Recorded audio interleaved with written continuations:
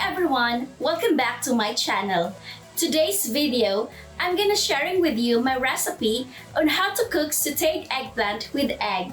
This recipe is easy to make and I'm sure you will love this. To make this recipe, here's what we need. 2 eggplants cut into half and sliced diagonally.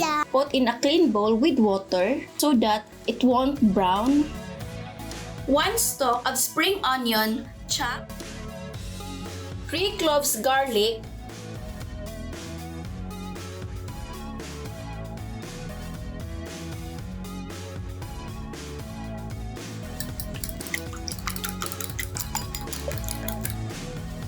1/2 teaspoon salt, 1/2 teaspoon ground black pepper,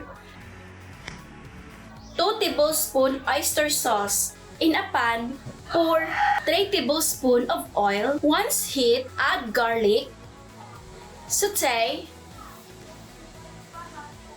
add onion, saute.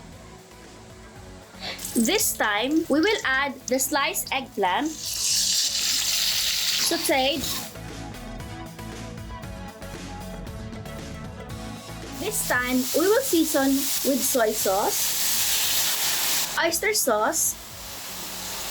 All you have to do is to combine all the ingredients, ground black pepper, salt, then stir. This recipe is simple and easy to cook. You stir it until the season is well blended to the eggplant. We will add 1/4 cup of water. Stir occasionally. We will cook this for about 2 minutes. Since the eggplant is now 2 minutes, add the beaten egg. Then stir.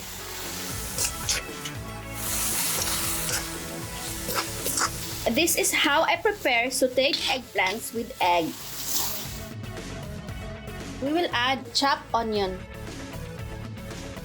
This is now my sauteed eggplant with egg.